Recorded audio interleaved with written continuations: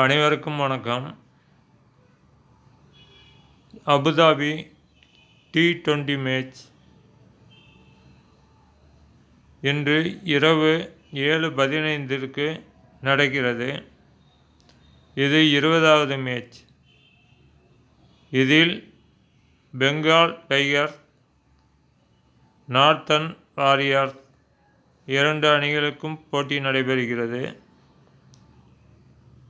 இதில் toss winning Bengal tigers, match winning northern warriors. அனைவருக்கும் நன்றி, வணக்கம்.